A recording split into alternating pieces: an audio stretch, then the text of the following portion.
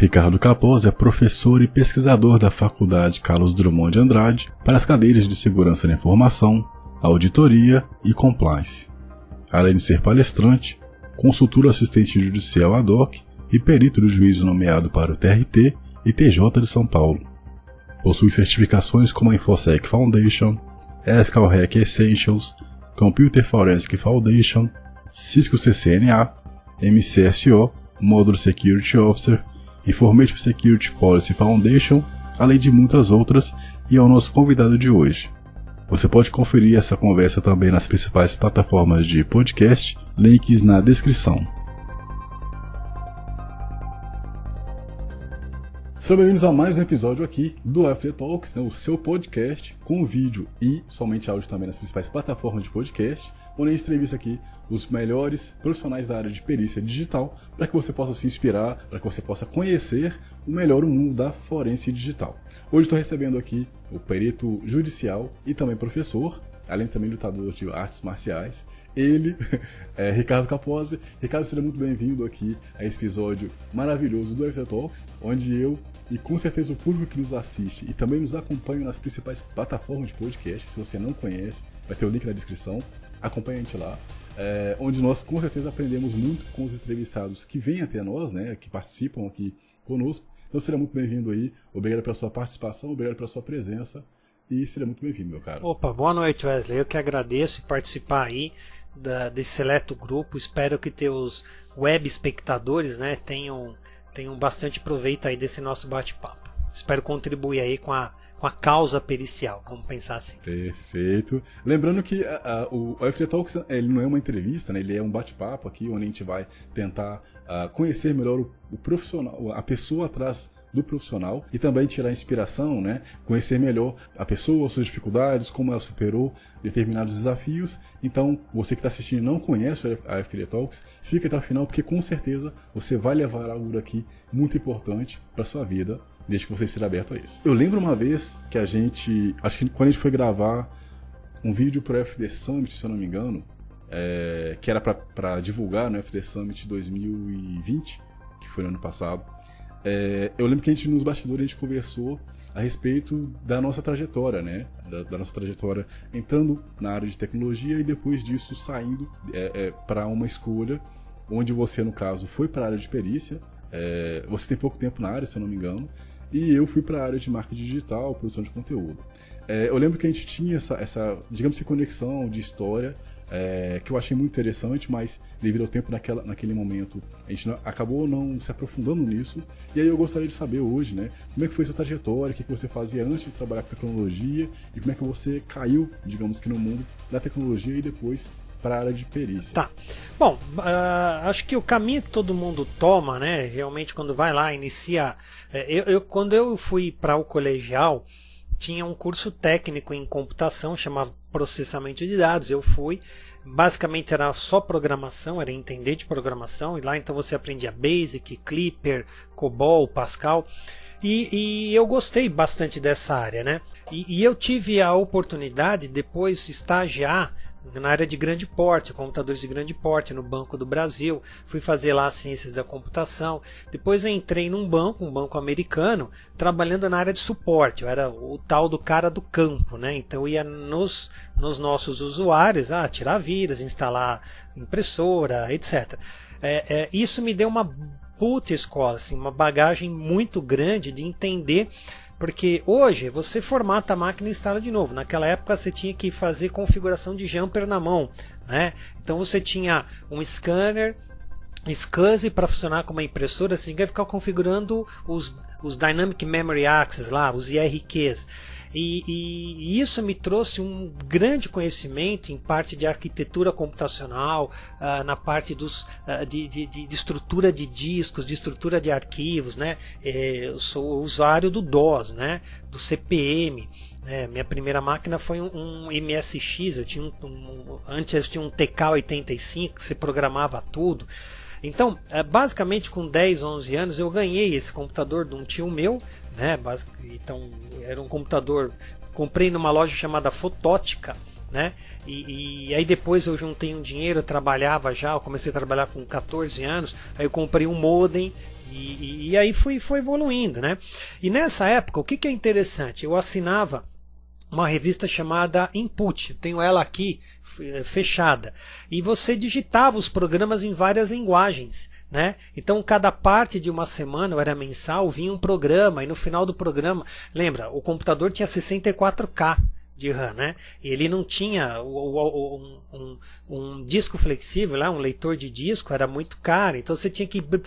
imagina o seguinte, para você jogar um jogo, você antes tinha que programar o jogo, jogava o jogo, aí tua mãe falava, agora vai dormir, você falava, puta merda, agora vai desligar, no dia seguinte você tinha que programar o jogo de novo, então você ficava muito bom naquilo, né? E isso me fez crescer na ciência da computação. Então, desde sempre, eu nunca trabalhei com outra coisa. Não posso dizer, olha, eu fui... Vai, dá um exemplo. Eu fui motorista de aplicativo, depois eu fui caixa de supermercado, depois trabalhei com isso. Eu nunca fiz outra coisa a não ser nada ligado à área da ciência da computação e à docência, né? E isso aconteceu de uma forma natural. Eu fui fazendo cursos, fui ganhando cursos, fui buscando, né? Tive a oportunidade de morar fora, estudei lá e trabalhei lá. Então, essas oportunidades eu abracei com unhas e dentes, né? E isso eu fiquei nesse mercado corporativo em paralelo com a questão das auditorias, né? Isso há mais ou menos até 2017. E aí eu senti a necessidade de me dedicar de mudar um pouco o meu conhecimento, e eu resolvi fazer direito. Estou adorando, estou no último ano, graças a Deus, né? Infelizmente a OAB cancelou a nossa prova, vamos esperar, estou estudando bastante. E é isso. Então quer dizer o seguinte, Wesley, com 44 anos eu me reinventei. Eu atuo como perito, a minha primeira perícia foi em 2001, né? Mas eu não levava o trabalho pericial como único trabalho. Ele era a minha terceira opção, né? Eu era consultor, professor universitário e fazia as perícias. Como eu sempre fui PJ, eu tinha empresa, então eu tinha uma liberdade para fazer as minhas diligências, para fazer meus trabalhos em outros horários, né? Então nunca havia um conflito, nem um conflito de interesses. Mas quando foi em 2017, eu me estruturei. Isso é importante, essa vai a primeira dica para os teus espectadores, para os colegas que querem atuar na área da perícia. Você não começa a ganhar grana na perícia no começo. Esquece. Você não vai fazer um curso hoje. Não é amanhã você vai ser nomeado, 2 dias depois você já recebe o primeiro honorário e vai viver disso. Primeiro que é sazonal, é temporário. Então, com 44 anos, eu já tinha me programado para os 40 anos, eu queria parar e me dedicar à atividade pericial e à atividade da docência, da pesquisa e da docência. Eu me estruturei financeiramente, né? Então hoje eu tenho uma tranquilidade de trabalho, né? E acabei me enveredando por esse mundo. Então essa é a primeira dica que eu dou para quem quer adotar a perícia como uma forma de renda. Ou seja, se estrutura financeiramente, porque no começo você não vai conseguir se manter com as perícias apenas. Por exemplo, a primeira coisa que você pode fazer é trabalhar para a justiça gratuita. Eu tenho aqui mais, a última vez que eu contei, o ano passado, eu tinha 132 perícias a receber. 132. Né? Trabalhos que eu fiz sozinho, ou alguns eu fiz com outros colegas, né? Mas entenda, eu recebo uma média quando a justiça gratuita ela dá ganho de causa para alguém que é hipossuficiente, vamos dizer pobre, né? Na acepção da palavra, o tribunal nos paga em torno de 400, 445 reais. O Banco do Brasil, quando me manda a TED, me desconta 22 reais até. Então veja bem, ninguém no mundo corporativo que faz um trabalho sênior ganha 445 reais por um trabalho, por um relatório. Né? Que às vezes me consome 60 páginas, 50 horas, né? Então eu tenho que deslocar, eu tenho que fazer a diligência, etc. Então o que eu quero te dizer? No começo é um começo de doação, você tem que se doar, né? Falar para o juiz, estou à sua serventia, eu sou seu auxiliar, me manda o trabalho e eu vou fazer. Até como forma de cortesia para o juiz conhecer o teu trabalho. Mas financeiramente no começo, Wesley, não é essa rentabilidade para a questão da perícia, entendeu? Eu quero te contar uma curiosidade. Eu sei que a gente tinha um script, você quer que eu fale de criptografia quântica, eu falo também, né? Mas eu quero te contar uma coisa, talvez mais interessante que a criptografia quântica. Quando eu fiz uma pós-graduação, agora em 2015 a 2016, fiz 2 na área da forense, eu uma classe, eu posso falar, um era o IPOG, o outro era Darius, né? Os cursos bons, né? Da classe eu era o único que já era perito atuante, que eu já trabalhava na área. O IPOG tinha acho que umas 48, 46 pessoas, a Darius tinha umas 33, começava com 40, mas diminuía para 26. Por que eu estou te contando isso? Primeiro, eu era o único que já era atuante, que já tinha sido nomeado, que já tinha feito uma perícia em nome do juiz, tanto na vara federal, quanto na trabalhista, quanto na civil. Aí o que acontecia? Algumas pessoas, e foram 8 na verdade, 6, elas falavam assim pra mim: Capozzi, tal, você é perito, como é que eu faço? Eu falava como eu fiz, que depois eu te conto. Ah, mas posso ir junto com você? Posso ir ver como é? Pode, porra. E alguns, se ouvirem essa live, vão falar: puta, realmente, eu fui um desses caras aqui. Não vou dar nomes. Mas esses caras, com exceção de 2, não gostaram. Não tiveram o dom. Porque assim, você tem um glamour nos cursos, que é uma coisa. É igual aquele policial que a gente vê na TV e tal. Mas na hora que ele vai lá na cena do crime, que ele tem que meter a mão no cadáver que tá todo ensanguentado, cheio de merda lá, aí ele... Então esses colegas, né? E aí eles foram a primeira, aí eu chamei a segunda, ai não, veja bem, não posso, total. Quer dizer, o cara não curtiu a pegada, né? Não foi aquilo, porque ele acha que fazer, veja bem, ali nesses cursos, eu vou generalizar, por favor, não é isso, a título de exemplo, tá? A gente aprende muito aquela sequência: coleta, preservação, exame e análise. É isso. A gente não aprende a interpretar o pedido do juiz e não aprende a interpretar a confecção de um laudo, uma quisitação. Então muito volta aquilo lá: verifique se o computador foi ligado. Porra, não é só isso a perícia. Às vezes, eu fui nomeado numa perícia a semana passada, na vara civil. Eu tive que ler 867 páginas para entender a discussão. Eram um autor e 3 réus. Então são 3 réus com 3 assistentes técnicos diferentes, com 3 advogados diferentes, cada um pede uma coisa. Quer dizer, o seu embasamento, além da tecnologia, tem que ser muito maior do que o nível de abstração, de falar: não, eu vou fazer um clone, eu sei fazer extração. Eu falei no curso lá da CAD, eu nunca fiz extração de um Apple. Se você me der na mão, eu vou ficar perdido, não sei nem por onde começa.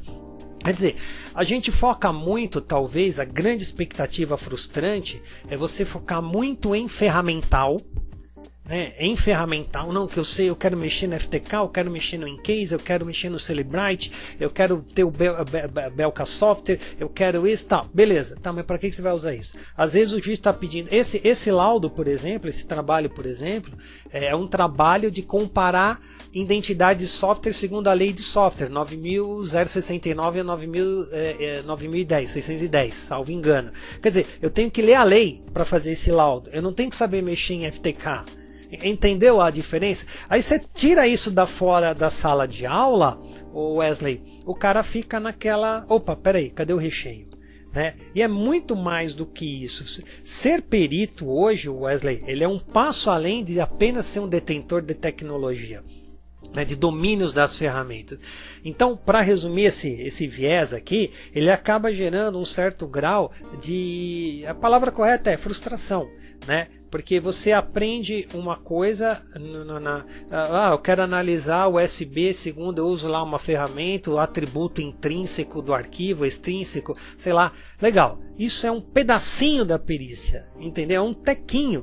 E se você não faz a cadeia de custódia corretamente, eu como parecerista do outro lado, derrubo o teu laudo inteirinho, por um conceito que o Código Penal nos traz, o Código de Processo Penal nos traz, que é a derivação dos frutos da árvore envenenada, ou seja, tudo que tem lá é ilícito por derivação. Quer dizer, você faz um puta trabalho técnico e às vezes você peca na essência da confecção dos atributos processuais, entendeu?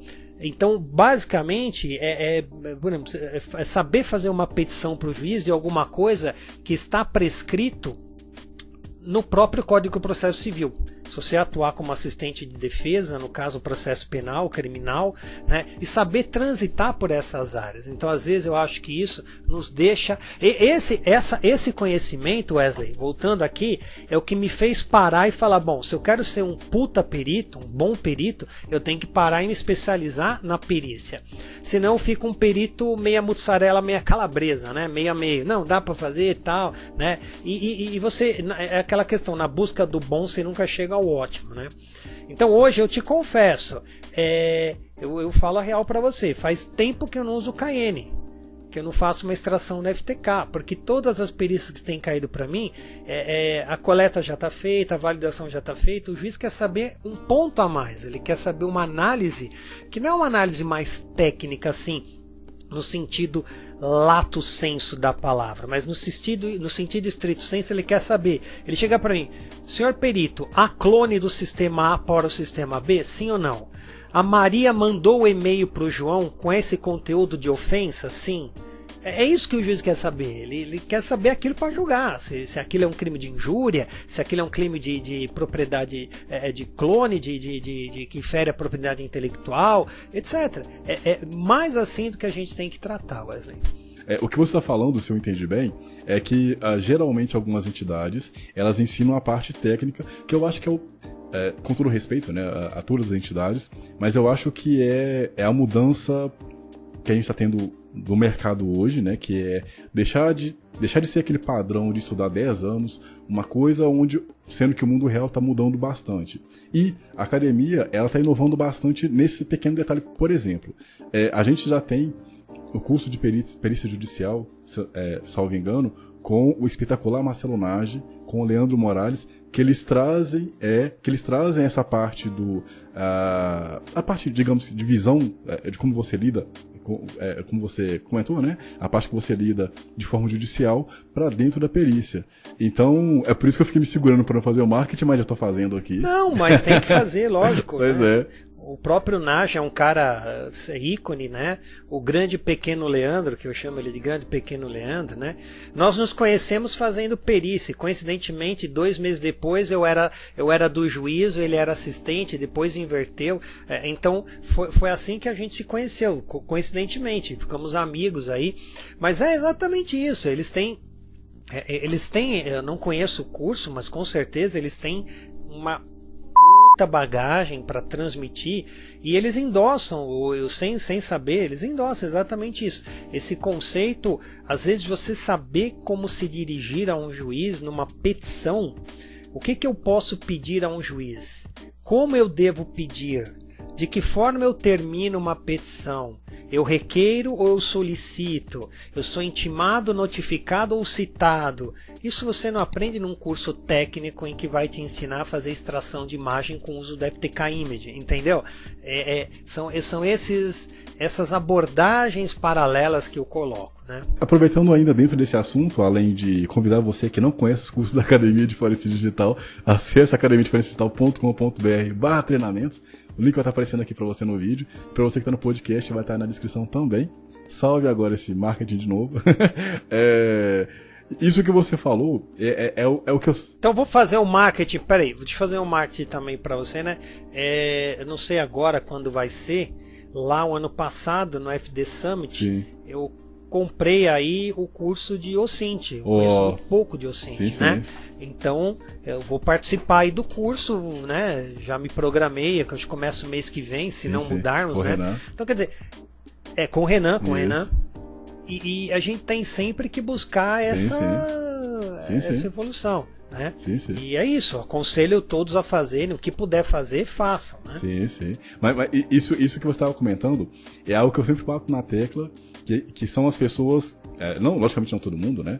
Mas é a mudança de mercado acontecendo de uma forma tão rápida que as pessoas não pararam para perceber isso. Muitas pessoas criticam, né, o crescimento exponencial de rede social sendo usada para ganhar dinheiro ou para marketing pessoal, mas muita gente que acaba criticando não percebe as oportunidades que estão nesse meio e também não perceberam a mudança da visão da empresa sobre o colaborador, o funcionário. Isso vai depender da forma como a empresa enxerga, né? E a sua experiência, ela, na minha opinião, ela confirma o quanto que o mercado está mudando e as pessoas elas não perceberam isso. Como eu falei anteriormente, o sistema, digamos assim, né? O sistema educacional, ele está mudando muito para quem está percebendo que o padrão da pessoa estudar 4 anos para quando ela sai desse... Isso logicamente é na minha visão, né? Mas eu percebo que algumas instituições de ensino, elas perceberam que o padrão de você estudar muito tempo para sair já velho para o mercado, ele não funciona mais e que as pessoas, elas, em pequena parte, na minha visão também, elas perceberam que, cara, o negócio é você estar preparado o tempo todo, sabe? Você criar oportunidade. Então, o número de cursos, digamos, de formação rápida, ele começou a ter uma visualização, digamos assim, das pequenas e grandes empresas, e isso, logicamente, tudo é minha visão, tá, gente? Tudo por isso, assim, sabe? Por exemplo, no seu caso, eu estava olhando o seu currículo Lattes, se eu estiver pronunciando errado, você me corrige aqui. É Lattes ou Leites? É Lattes, né? Lattes, tá certo. Lattes, César Lattes. O seu currículo, cara, ele tinha, sei lá, umas 3, 4 folhas.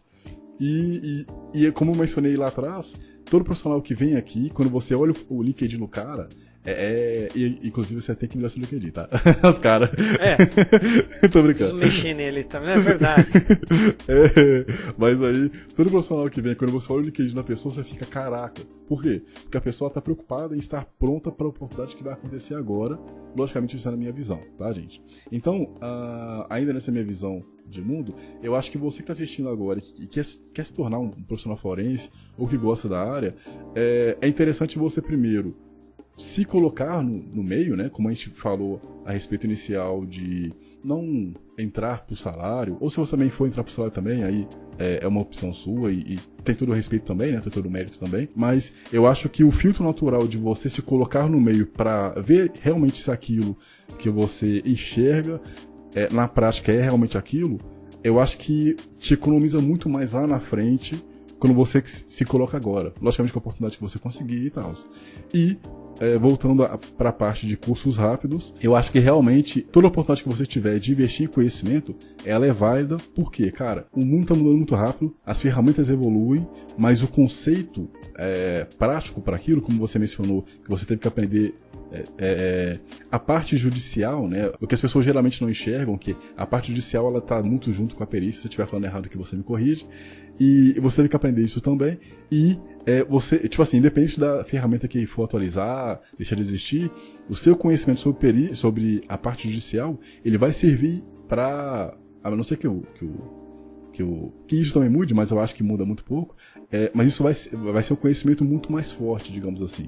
Então você que está assistindo aqui, e se eu puder te recomendar algo, é que, cara, estude, continue estudando, aprenda a gostar de estudar, ou se você gosta de estudar, estude mais, porque, cara, vale a pena, e eu acho que eu acho que esse é o caminho, digamos assim, né? A grande vantagem, veja bem, estudo é a única coisa que nunca vão te tirar.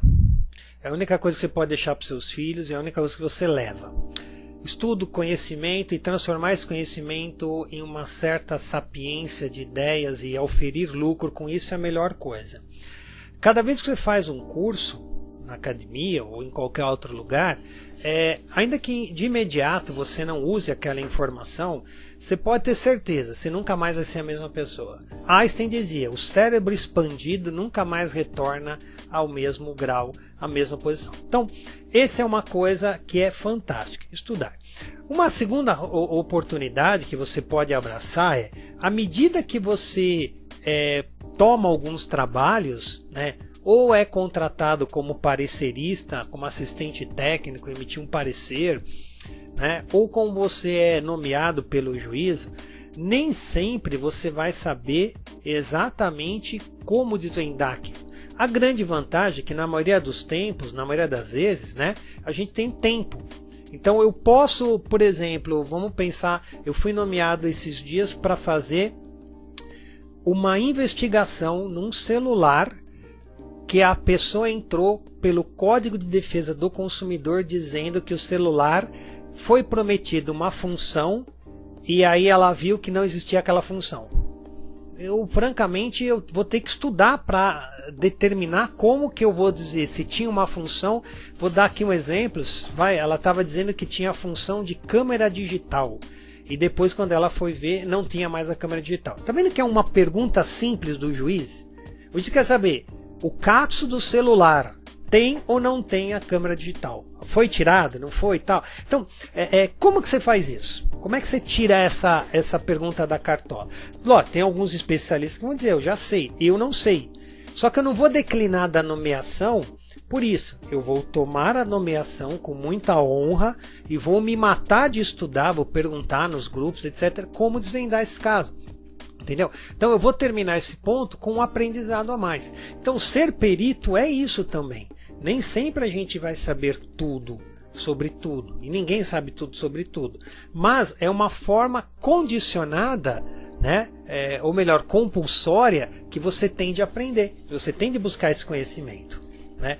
Eu falo para você, eu não declino de perícia em forma alguma.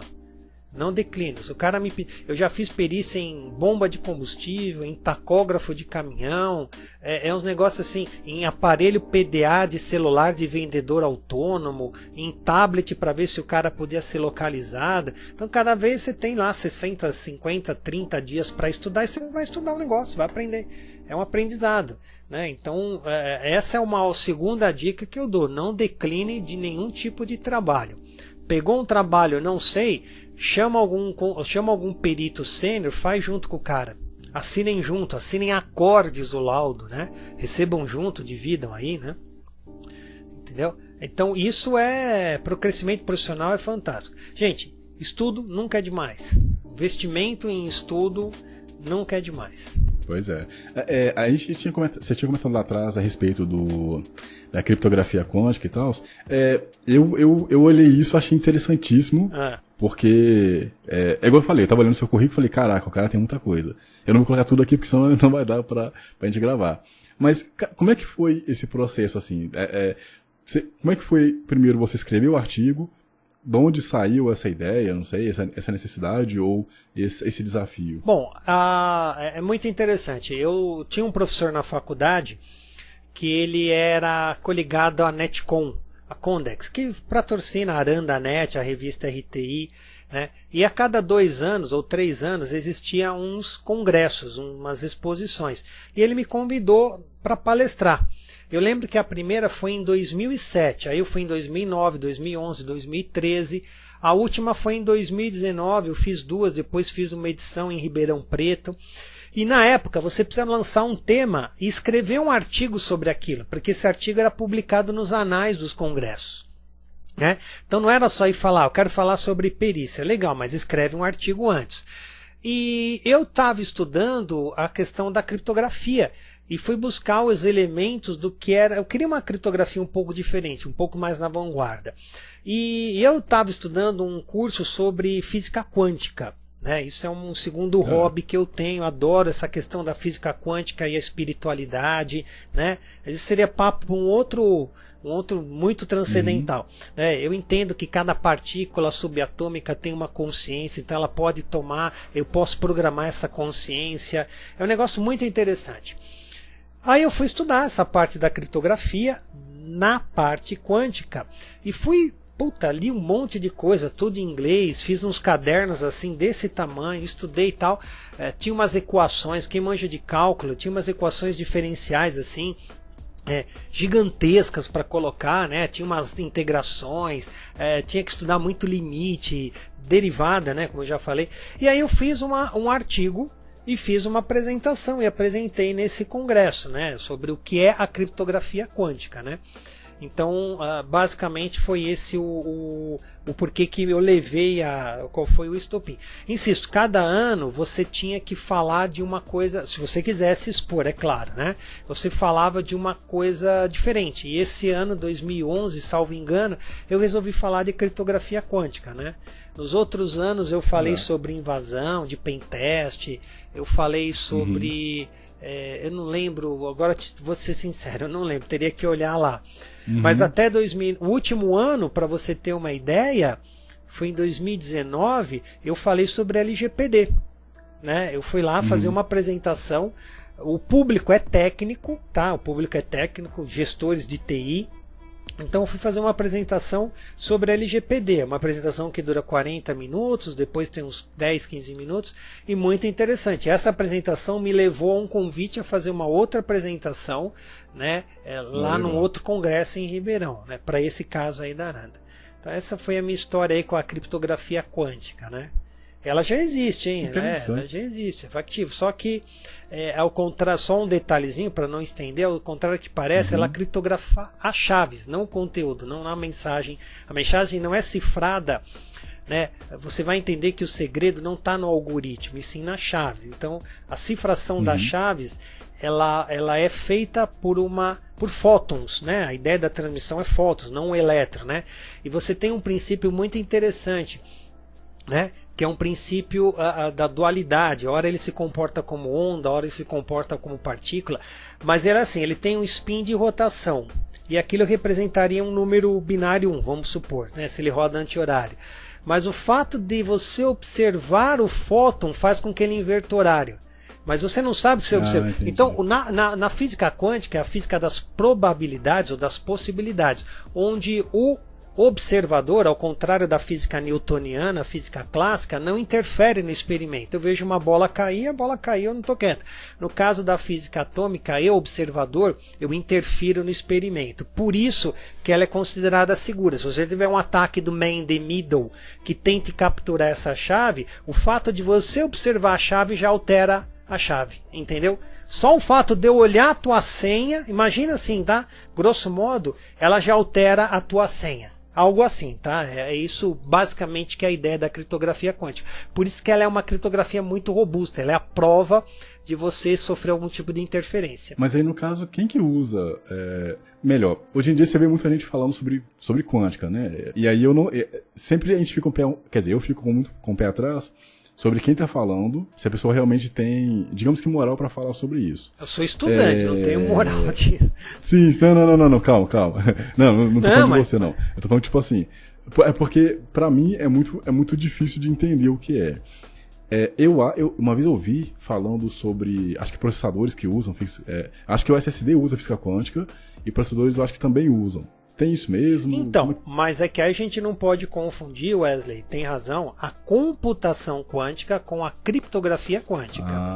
São modelos... são coisas diferentes. São modelos diferentes, usam o mesmo princípio quântico, né? O que só para explicar exatamente isso, micro-universo, né? O que quer dizer o quanto, né? O quanto é a energia liberada quando um elétron na eletrosfera, na camada da eletrosfera, dá um salto de uma órbita para outra.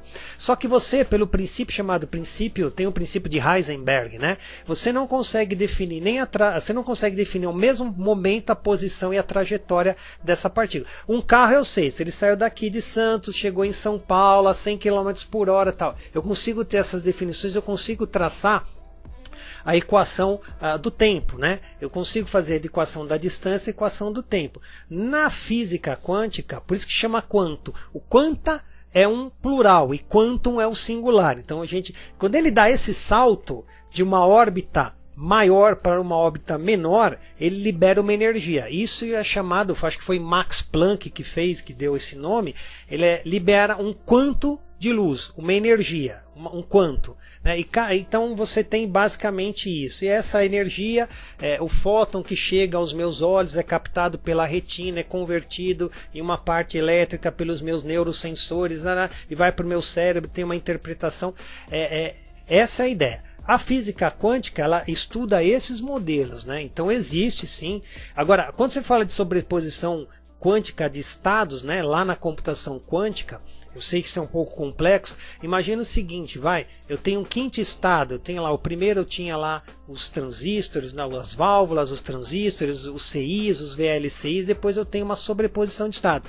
É como se eu falasse para você que um bit ele é 0 e 1 ao mesmo tempo. Para nós é certamente inconcebível falar isso. né? Hoje, porque a gente é acostumado com a computação pelo elétron, então o que está alimentando aí o seu computador agora é eletricidade, são elétrons, né? E a sobreposição, como a gente fala na questão da física quântica, na computação quântica, é uma sobreposição de estados quânticos, né? E a gente costuma trabalhar também com luz, porque o que se libera nesse salto quântico, né, é a questão da luz. Mas olha, eu não sou especialista nisso, tá? Eu sou abelhudo, não sou físico, né? Eu fui buscar esses conhecimentos aqui por deleite, né? Eu não dou aula disso, né? Uma outra coisa também que eu queria saber. Quando você foi pesquisar e tal, você acha que, da mesma forma que tem gente que ensina que a Terra é plana, não é um ensinamento, né? É um desserviço. Você acha que na parte de física quântica, você acha que tem pessoas... por exemplo, eu lembro que teve um momento que começaram a falar de coach quântico. Entendeu por que eu fiz aquela entrada anteriormente? Puta, mas não, tipo assim, porque a pergunta é o seguinte: você acha que tem gente hoje que deturpa o ensino sobre física quântica? Você já chegou enquanto você, no seu processo de estudo, você já chegou a pegar material e falar assim, isso aqui o cara é um charlatão? Ou você nunca viu? Olha, agora vou te dar uma opinião. Então quem tem opinião pode dar à vontade, né? Eu acho que as pessoas que falam da física quântica, medicina quântica, cura quântica, isso quântico, não sei o que lá quântico, elas usam um termo porque é um termo fodido, um termo de cunho chancelado, né? Eu sou coach quântico, vou falar pra você que eu sou artista marcial quântico, eu sou lutador quântico, eu sou perito quântico. Gostei, vamos lá. Perito computacional quântico, né?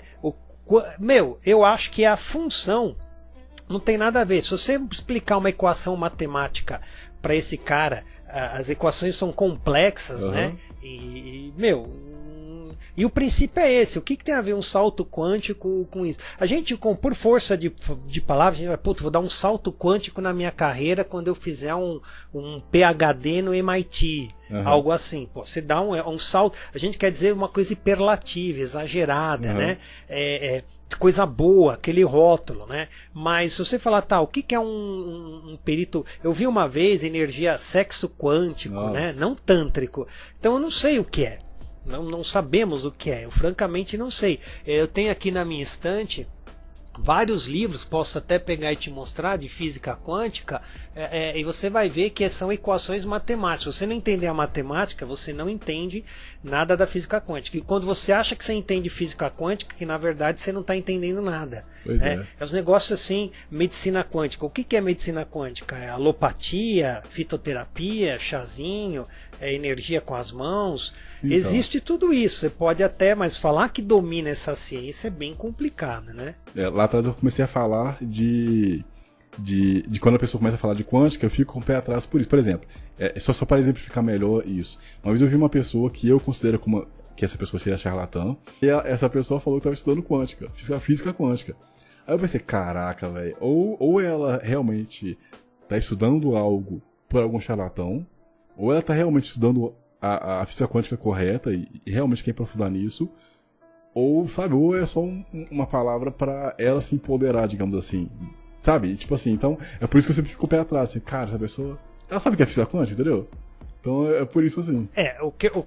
Então, mas o que eu insisto em te dizer hoje, você usar isso como uma questão de tratamento, sei lá, acupuntura quântica, sei lá, eu acho que vamos pensar assim, é um pronome qualitativo. Eu quero dar uma qualidade e um nome a alguma coisa. Igual falar Alexandre o Grande, né? O maior, né?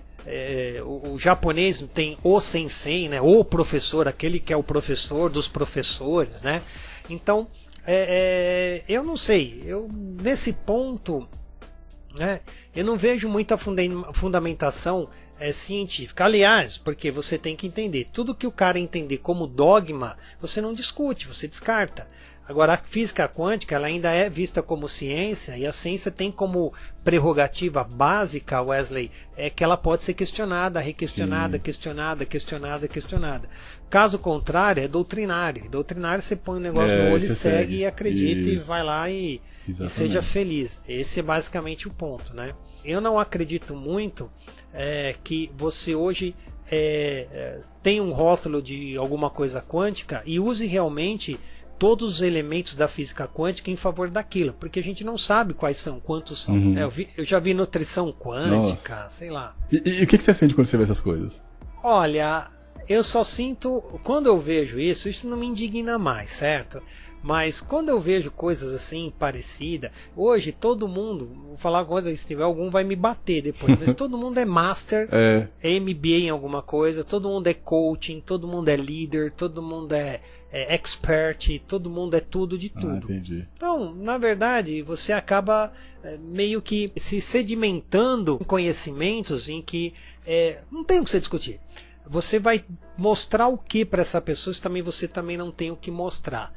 Mas eu hoje trago por um preceito de situação de que você não consegue discutir com pessoas que estão fechadas e cercadas na sua própria doutrina. Então você vai falar pro cara, me explica o que é isso. O cara vai achar que você está duvidando dele. Então você vai falar, não, mas é porque ele não vai mudar de ideia e ele nem vai te convencer. Sim. Mas veja bem, o fato de você depois comprar uma ideia e achar que está sendo enganado, puta, isso é foda. Pois é. Última coisinha ainda nesse assunto de quântica. Você falou, quer dizer, eu entendi que você consegue conciliar. Se eu tiver entendido errado, você me fala, tá? Eu entendi que você consegue conciliar a quântica com o, digamos que, sobrenatural, assim. É isso mesmo? Deixa eu sair. Eu vou sair um pouquinho aqui. Eu quero te pegar um livro. Eu estava tentando achar pelo menos 2. Eu comprei um livro chamado. Eu já vou responder essa pergunta. Chamado Psicologia Quântica. Juro pra você. Eu tô tentando. Eu tenho aqui um monte de livro. Eu tenho aqui uns. E eu estava tentando achar. Eu não estou achando porque eu também não quero tirar o olhar. Dá pra ver. Física Quântica. Então, Física Quântica volume 1, Física Quântica volume 2. Esses foram um dos poucos livros que eu li. Tem até as minhas... eu li, 2009. Eu ponho a data aqui, só para você ver quanto eu paguei. Se você olhar, são coisas assim, que falam do livro. Por que eu estou dizendo isso? Eu comprei esse livro de Psicologia Quântica, li o livro. É um livro bom, mas de psicologia. Não tem relação quântica nenhuma. A não ser que ele fala do poder da mente, do poder da vibração. Aí ele entra na relação quântica, tá? Mas ele só está dando um nome para uma coisa que todo mundo já conhece com outros nomes. Né? O poder do pensamento, a psicossugestão, a autossugestão, as questões das doenças psicossomáticas. Então tudo isso são modelos mentais que você pode fazer na sua mente sem conhecer piroca nenhuma de física quântica, entendeu? Entendi. Ou seja, ele falou a mesma coisa, mas ele quis dar um nome daquilo que qualquer outro psicólogo já falava, mas eu não sabe. Era isso? Então isso chama física quântica, isso chama psicologia quântica, mas não é nada inovador, entendeu? Né? Tô escrevendo uma obra inovadora de algo que você não sabe. Mas aí você tinha me feito uma pergunta, né? Repete a pergunta, por favor. Eu não sei se eu entendi errado, mas eu entendi que você consegue conciliar a física quântica com o sobrenatural, Deus, etc. Eu entendi errado? Viajei na maionese? Então, aí eu vou te fazer uma pequena correção. Isso talvez não caiba difícil aí para. Mas o que a gente entende como sobrenatural é algo que aquilo ainda não nos é natural. Vou te dar um exemplo. Se você voltasse a 200 anos no tempo, pudesse voltar aí, se você falasse que depois de 200 anos haverá um aparelhinho como esse aqui, né, que a gente entende de celular, que você vai olhar para uma pessoa, o cara fala, não, mas isso é sobrenatural, isso é magia negra. Sim. Então, naquele momento, aquilo é algo sobrenatural. Aí você entende como funciona, tá? Um celular tem muita física quântica, com certeza. Sim. Você entende, aquilo passa a ser natural. Então, a gente rotula, é uma característica do humano, a gente rotula o que a gente não conhece, a gente não domina como sobrenatural.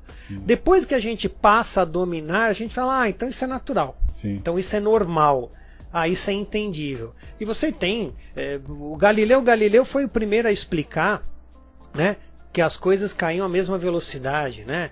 O Newton explicou o porquê, né? Galileu demonstrou, mas Newton foi lá e matematizou aquilo, criou uma equação, né? Então, quer dizer, até antes deles, aquilo era algo sobrenatural. Como é que pode uma pena cair na mesma velocidade? Não cai na mesma velocidade que um martelo, tal. Ele vai na torre de Pisa lá, o Tycho Brahe, né? Vai lá na torre de Pisa e faz esse teste e tal. Quer dizer, até que você desvende, vai caindo o véu, você vai entendendo que as coisas não são tão sobrenaturais. A gente rotula porque a gente não conhece. E agora, eu acredito, é uma crença, eu sou espírita. Eu acredito que a doutrina espírita, com um tripé de filosofia, religião e ciência, ela me dá muito acesso a esse tipo de conhecimento. E ela tem uma vantagem, tá? Vou dizer vantagem em relação a si mesma, tá? Não estou comparando religiões. Mas ela tem uma vantagem, ela não é dogmática. Ela permite ser questionada. Interessante. Ela não é dogmática e, por conta disso, ela não te escraviza.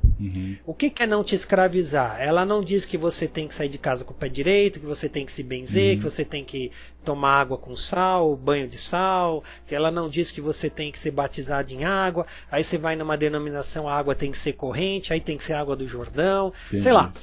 Então ela não te escraviza. Por isso eu entendo que é uma religião que ela consegue trazer esses atributos da física como parte da ciência para modelos que você consegue entender. Pô, o que eu estou fazendo aqui, né? Qual é o meu papel aqui? É isso, né? Então eu vejo muito por essa questão. Ainda que você tenha uma outra denominação religiosa, lê os livros espíritas para fins de estudo. Ele não vai te doutrinar, não vai dizer é isso, é isso, é isso, é isso, é isso. É muito interessante, é muito esclarecedor, né? Então, basicamente, eu deixaria uma quarta dica aí para os teus leitores, né? Leia despretensiosamente em relação às questões religiosas, mas leia com atenção para entender o que acontece, como a molécula se une, como é a intimidade de um átomo. Então, ele vai explicando tudo isso, é muito interessante, né? E tem tudo a ver com a física. O espiritismo ele fala sobre molécula? Como? O espiritismo ele fala sobre moléculas?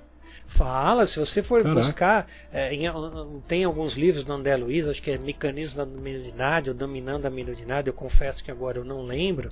Ele vai explicar como é que se dá a junção nos átomos, como é que funciona toda essa estrutura complexa, né?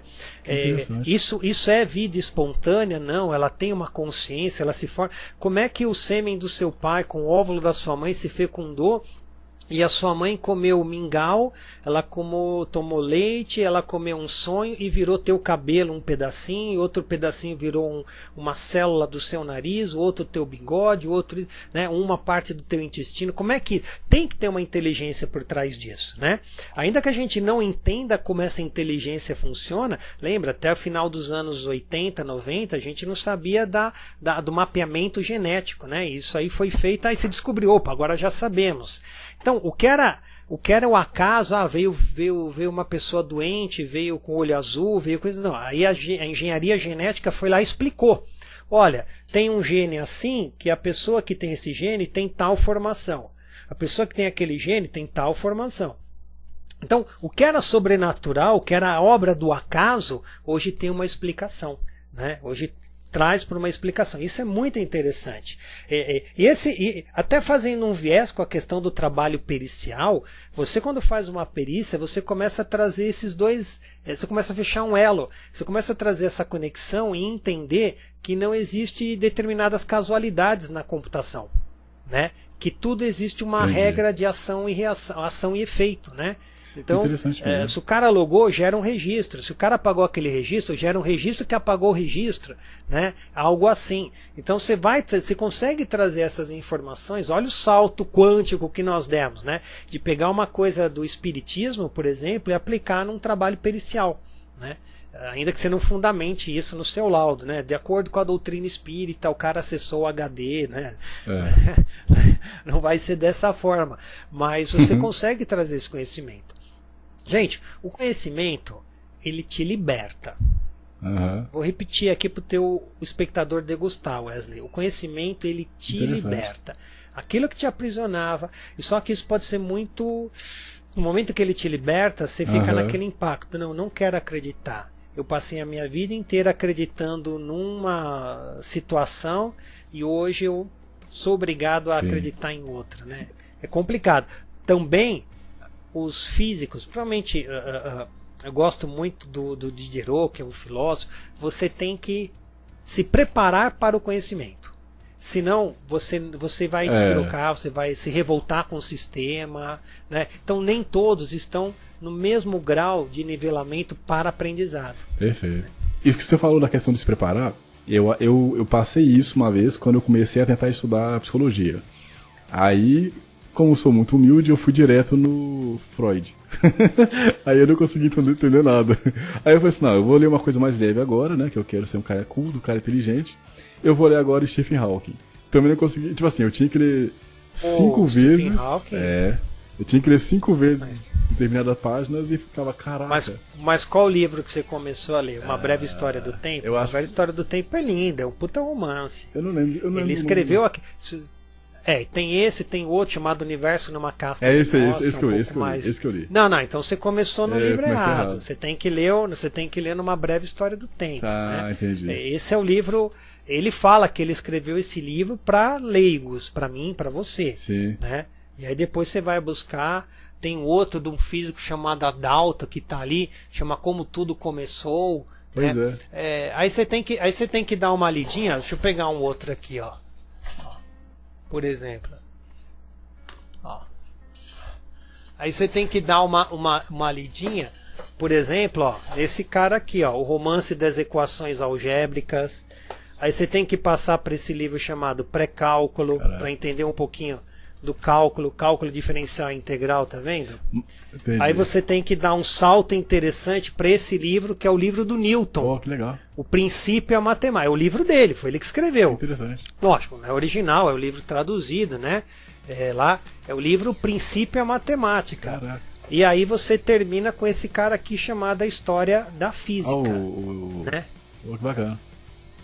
Bacana. Então, você lendo esses livros aqui, aí você tá mais preparado para discutir um pouco esses conceitos. Né? Pois é. E isso é muito interessante, cara. Essa questão da base que você precisa para realmente conseguir entender assuntos complexos, porque eu me considero um cara ainda muito ignorante de determinados assuntos, mas eu gosto muito de aprender. Só que eu acho que falta muito. E aí eu vejo o papel de pessoas que escrevem ou que criam canal no YouTube para tentar te ensinar, pessoas que vão te dar essa base para você conseguir chegar num nível de conhecimento maior, sabe? Quando eu comecei a ler esse livro do Stephen Hawking ou do próprio Freud, eu ficava assim, caraca, não é possível, cara, que eu não tô entendendo isso aqui. E eu não entendia que eu não tinha base para entender. Até que eu conversei com uma amiga que é psicóloga e com um amigo que ele me falou assim, cara, você tá lendo um livro do cara que você não tá preparado. Aí que eu falei assim, então eu não sou burro, eu só não tinha base. Então, realmente... Essa parte. Mas então, quando eu comecei, eu fiz um curso de teologia. E aí, paralelo ao curso de teologia, eu resolvi estudar grego e estudar latim e estudar, junto com o curso, né? Você podia fazer cadeiras assim, fora do horário, grego, hebraico e latim. Aí chegava na aula de grego, o cara falava assim, não, no grego o pronome oblíquo não concorda com o substantivo do artigo reto. Puta, eu falei, o que o cara falou? Aí você ia pro latim, falava, no latim o artigo definido não tem preposição do objeto direto. Puta, falou grego mesmo, né? Quer dizer, eu tenho um livro de latim aqui, não vou mais levantar para pegar, mas ele fala, ele é de um padre, ele fala assim, ele ensina latim 200 folhas para você, mas as 100 primeiras ele faz revisão de português. Quer dizer, como é que eu quero aprender uma língua?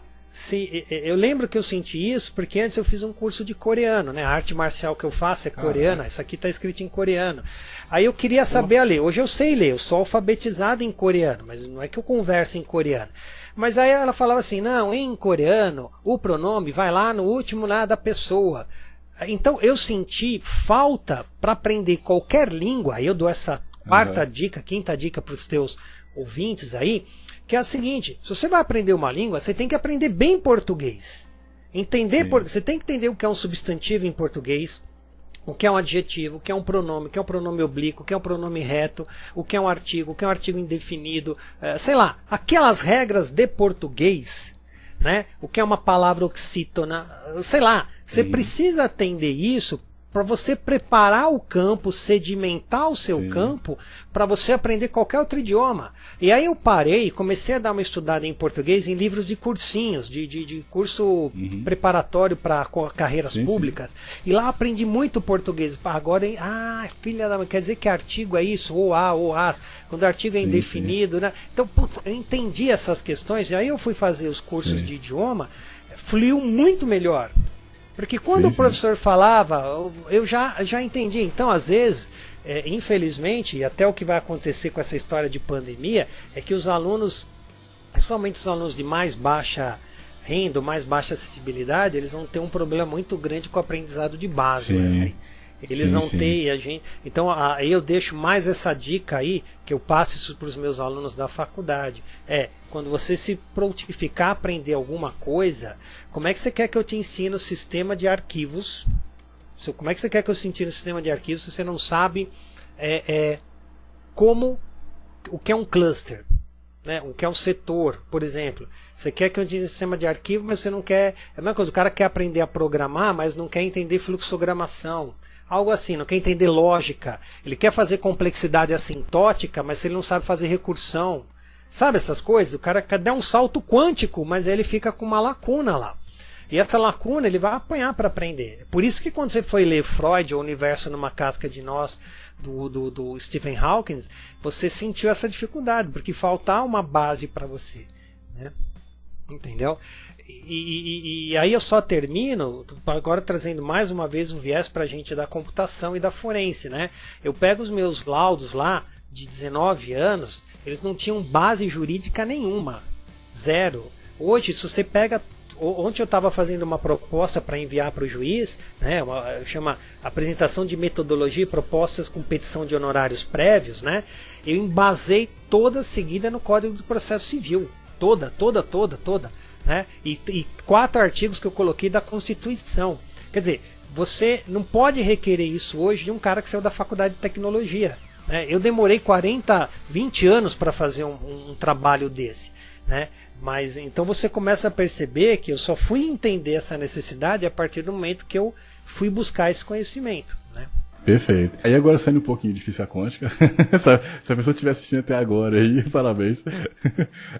Cara, em 96, eu vi no seu currículo Lattes que você tinha trabalhado no Citibank nos Estados Unidos. Essa foi a primeira vez que você foi nos Estados Unidos? Como é que foi a experiência de trabalhar lá? Como é que era a dificuldade de trabalhar lá e aqui no Brasil? O que você pode contar pra gente sobre isso? Então, foi uma oportunidade que eu tive, né?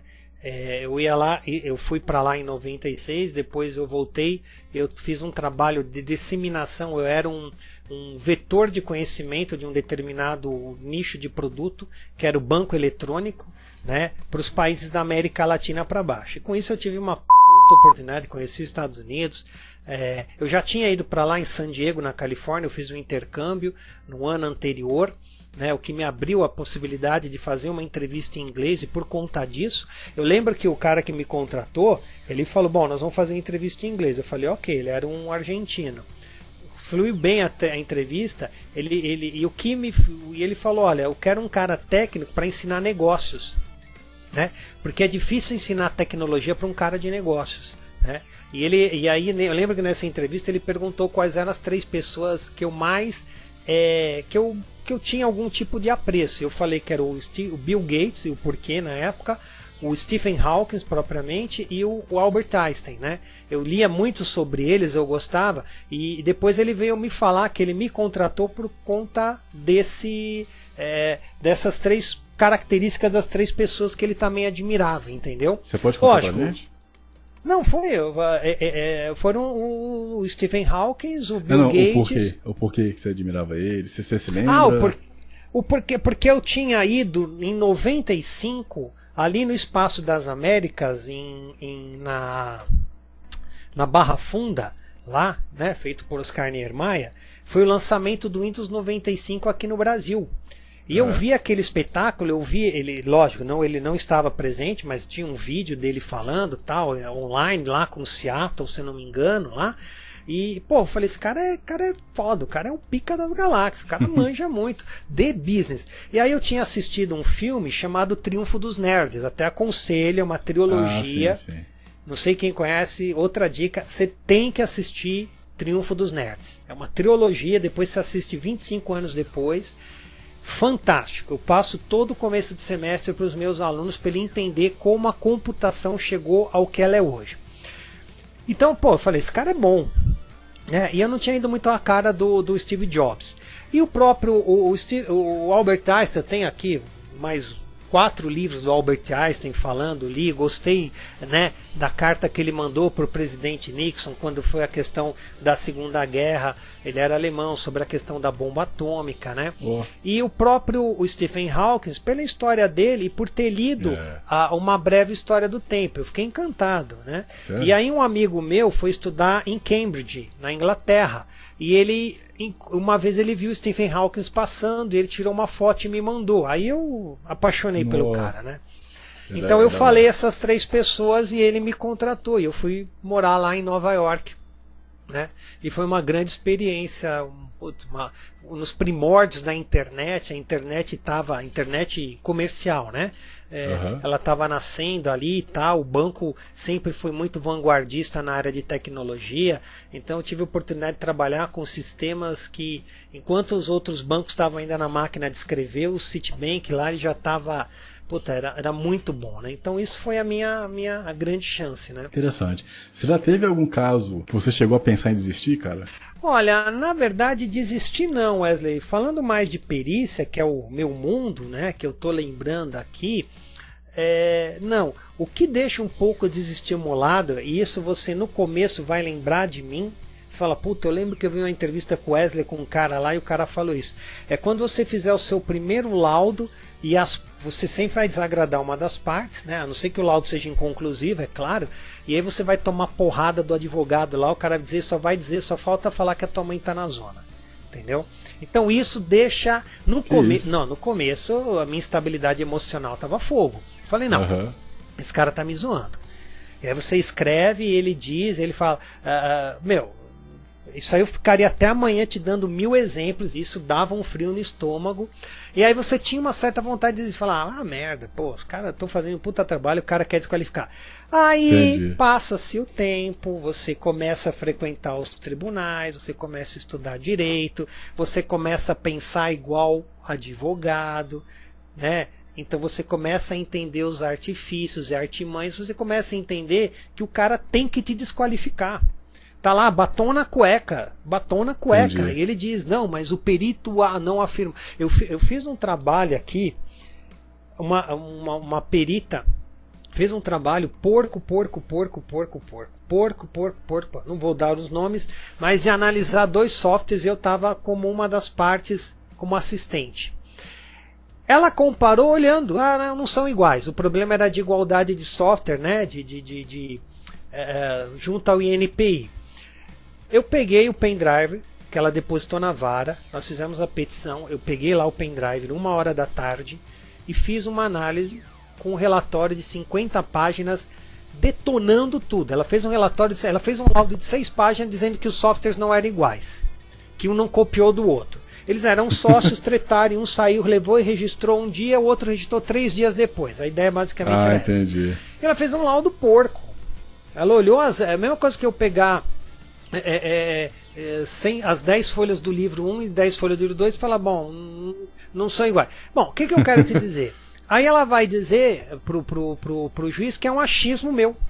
O perito, o assistente técnico da parte X está inconformado com a decisão e enche o lado de achismos, né? De opiniões. Aí eu vou lá, recorro ao CPC, artigo 473, salvo engano, que tem que dizer que eu não posso colocar, eu tenho que fundamentar todo o meu laudo. E cada parte que eu critiquei, eu provei, tá aqui, todas. Mas quer dizer, então isso hoje não me afeta mais. né? Mas antigamente você ficava um pouco desgostoso. Pô, você faz um puta trabalho e alguém vem e desmerece, aí você entende que é a regra do jogo, que é assim que o jogo trabalha, né? É que é assim que o jogo funciona. Então talvez quem não tenha muito estômago, quem não tem uma inteligência emocional, no começo vai lembrar disso que eu tô falando. Vai falar, puta, eu fiz um puta trabalho, coletei o dado, gerei cadeia de custódia, e o cara vai reclamar. Um cara uma vez veio reclamar. Ele falou assim, o perito não tem como provar que foi o meu cliente que fez. Aí eu disse assim para o juiz, escrevendo na manifestação. Eu falei, olha, doutor, algo assim. Eu falei, olha, eu não tenho como afirmar que as mãos por trás do teclado, fui poético, eram do fulano. Entretanto, tudo leva a crer que sim, pois. Aí eu detonei. Ele estava na empresa nesses dias, conforme câmera, o login era dele. Nesse mesmo momento ele mandou um e-mail para fulana. Era problema de chats, né? Conversa de chat que ele. E no mesmo instante que ele mandou um e-mail, ele digitou, então não podia ser uma outra pessoa que estava na máquina, a não ser ele. Entendi. Entendeu? Então você tem que fazer esse tipo de. Só que insisto, isso. Aí eu falo, isso aí não tá num curso, né? É o jogo de cintura que a gente tem que ter. Né? Você saiu da questão da tecnologia, você tem que detonar isso, falar pro cara, olha, o que ele tá falando é infundado. O cara tá lá com o batom na cueca, né? Essa expressão a gente usa muito e o cara quer negar o óbvio, né? Só que a grande maioria dos juízes não são trouxa, né? E a gente não pode esquecer que como perito, o nosso laudo é para apreciação do juízo, certo? O laudo é uma prova para o processo. Quem aprecia as provas é o juízo. Um desembargador, se for para uma sede recursal, né? Essas coisas. Então, hoje eu tento agradar o juiz, né? Cara, e qual foi o melhor momento da sua carreira? Olha, o melhor momento da minha carreira, acredite se quiser, é agora. Falo para você. Agora, eu tô com uma certa quantidade de trabalhos aqui, né? Infelizmente os fóruns estão parados, né? Hoje mesmo, 8h12 da manhã, me toca um telefone para fazer uma assistência, né? Lá numa cidade do interior. Então hoje eu não posso reclamar. Estou fazendo eu repasso aí para alguns colegas fazerem junto comigo, né? A gente assina junto, como eu já falei, divide aí, faz um percentual de honorários. Eu acho que é bom eu ganhar, um outro também ganha e todo mundo cresce, né? Quando eu não tenho braço e me aparece um serviço muito grande, eu repasso para alguns colegas, né? Então tem alguns colegas que eu repasso e quando dá para fazer eu chamo outros colegas para fazer comigo, né?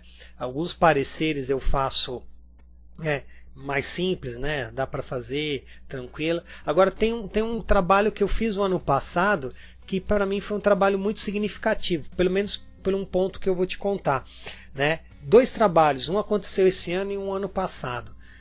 O ano passado eu fiz o pessoal foi entrar com mandado de segurança contra um concurso que ia ocorrer no estado da Bahia, né? Então eu fiz um documento, aí eu te confesso, foi um puta trabalho lindo que eu fiz, uma obra-prima minha, né? Que ela dizia as desvantagens de você fazer uma prova de concurso online, né? Então deu 30 páginas, eles entraram com mandado de segurança, tivemos êxito, então foi um trabalho de estudo, assim, depois se alguém quiser pode me mandar, eu mando esse estudo que ele é livre, né? E esse ano eu fiz um trabalho com outro colega meu, que é o Érico, né? Um cara fantástico também. A gente fez um trabalho junto com aquela operação Luz da Infância sobre a questão da pornografia infantil. Então um trabalho interessante, né? Que a gente foi junto, vai lá na delegacia, faz o laudo e tal.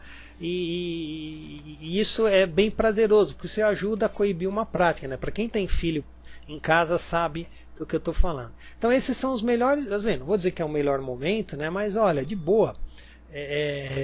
Eu não posso me queixar de nada, né? Eu fico triste pela situação do mundo, né? A gente fica um pouco triste e tal, pessoas morrendo. Eu tô com minha família, eu tenho uma família, minha cunhada está internada, né? Então eu sei que é triste isso. Então a gente tem que manter a cabeça mega ocupada, se proteger na medida do possível e viver. Eu vou numa pracinha aqui, eu fico fazendo flexão à tarde, fico me alongando, faço barra. As minhas academias estão fechadas, então as que eu luto, né? Então, ficar parado, gente. Agora, eu posso fazer isso, né? Eu tenho essa condição de pegar minha bicicleta, pedalar 1 quilômetro e me alongar numa pracinha e tal. E quem não pode? Uma mulher não vai numa pracinha às 11 horas da noite fazer alongamento, né? Eu não tenho problema, né? Mas eu fico imaginando, as pessoas que não podem é certamente um pouco mais triste, né? Então, talvez um momento, e eu acredito que vai gerar, agora eu vou pegar um gancho bom, né? Bom no certo ponto aí, pra galera que está estudando perícia. Gente, 2 assuntos que vão virar muito com essa questão da pandemia. Primeiro, processos trabalhistas com trabalho remoto ou teletrabalho. Se prepare para isso. Segundo, se você não leu nada sobre LGPD, eu estou fazendo um trabalho junto com outros colegas sêniors, né? A gente já implantou LGPD, estamos indo para a 3ª escola, focado em escola, em um segmento da educação. Então, se você quer buscar, leia, vai estudar LGPD também, porque vai virar ponto de discussão judicial. E se você manjar LGPD, tiver lá uma... Não estou falando para você ser DPO, nada disso. Estou falando para você falar, porra, eu entendo um pouco de LGPD. Essas 2 demandas, Wesley, para quem está afim de entrar na área trabalhista, eu deixo como na área da perícia, a questão de estudar um pouco a relação de trabalho, do teletrabalho. Vai ter neguinho falando que usou o computador, que foi invadido pelo computador da empresa, blá, blá, blá, blá, um monte de coisa. E vai ter também a questão da LGPD. E eu estou me preparando. Na questão trabalhista eu já estou mais adiantado. Na questão da LGPD é todo dia ralando e entendendo a LGPD, congresso, curso, workshop, palestra, leio panfleto, né, tudo que for em LGPD. Então é uma forma que eu estou buscando de me especializar ainda mais naquilo que eu entendo que vai gerar uma grande demanda. Essa cliente que me ligou hoje de manhã, do interior, é uma demanda trabalhista, né, em relação a uma máquina que o cara saiu e apagou, mas é que estava em relação a de teletrabalho, entendeu? Então tá gerando vai gerar muito, vai. Aí tem que dar uma corrida e entender um pouquinho como é que funciona esses preceitos aí. Certo? Perfeito, cara. Bom, a gente vai para um rápido intervalo, a gente volta daqui a pouco, não saia daí. Já conferiu os diversos conteúdos que produzimos? Temos desde direito digital até extração de dados em dispositivos móveis. Se inscreva e clica no sino de notificação e seja muito bem-vindo ao canal da Academia de Forense Digital. E se você tem interesse em se tornar um perito de forense digital, então eu lhe convido para conhecer os treinamentos disponíveis no site da Academia de Forense Digital. Lá você vai encontrar treinamentos sobre forense memória, fundamentos de forense digital, computação forense, forense em dispositivos móveis e muitos outros. Acesse academiadeforencedigital.com.br e escolha o treinamento ideal para você investir em sua carreira. Bons estudos! Voltamos aí para mais uma parte dessa conversa que está muito interessante, onde a gente estava falando de física quântica, de religião, depois falando de perícia. Ricardo, agora vamos para a parte aí de cultura japonesa ou chinesa, que são aí essas espadas de samurai, na minha ignorância. Você é apaixonado... Quer dizer, na verdade eu acho que pelo que você falou da blusa, que tem escrito coreano aí, então eu imagino que aquelas espadas, elas tenham, digamos que, ligação com isso também, né? Como é que foi? Por que você tem essas espadas? Conta pra gente aí. As espadas eu trouxe todas, 2 delas ali eu trouxe do Japão, né? Uhum. Tem um quadro ali, eu vou tentar mostrar pra você um quadro, tá vendo ali, um quadro lá em cima. Sim, sim. Aquele quadro ali eu trouxe do Japão. É um quadro, aquelas espadas são ornamentais, né? Você não pode ter corte no Japão, né? Por enquanto, né? E aí eu só cortei a moldura, né? Mandei cortar e trouxe aqui. Então ela é um quadro. Eu paguei na época R$60 numa feira de antiguidades no Japão. Isso provavelmente é um quadro de alguém que era da polícia japonesa ou alguma coisa assim. E ele tem e venderam, aí morre, vai, vende, por aí vai, né? Agora essas espadas aqui, elas são de cortes, mas eu trouxe dos Estados Unidos. Uhum. Essas, né? Todas elas dos Estados Unidos, as 2 primeiras lá de Nova York, as outras de baixo eu comprei em Miami, né? e pagava lá 30, 60 dólares na época, né? Oh. Então, elas são espadas não para treinar, né? Para treinar a gente usa sem corte, usa espada de madeira, né? Mas elas têm uma simbologia mais ornamental, né? Mais machuca. Se você uma daquelas, aquela verde ali, ó, deixa eu ver aqui, ó. Essa aqui, ó, aquela verde ali, um professor meu um cara foi fazer demonstração com ela. A gente foi fazer demonstração na TV, o cara foi cortar, ele tava com um pepino assim na mão, né? Nossa. Assim, o cara queria cortar, eu falei, vai dar merda, você treinou isso? Não, pode deixar. Dito e feito, arrancou a calota da mão do cara. Nossa. Né? Então, é assim, ela fica assim? ali bonitinho. Não, corta, com certeza. A gente corta papel, corta bambu. É tipo aquelas facas Guinso, né? Lembra dessa propaganda? Entre as minhas Kendall, né? Cortava até cano de aço, sei lá. Não, é verdade. Essa, lógico, ela não depende do aço, não é um aço tal, é um aço ornamental. Se você cortar alguém, vai cortar. Se você passar na jugular de alguém, vai cortar, vai machucar, vai lesar, né?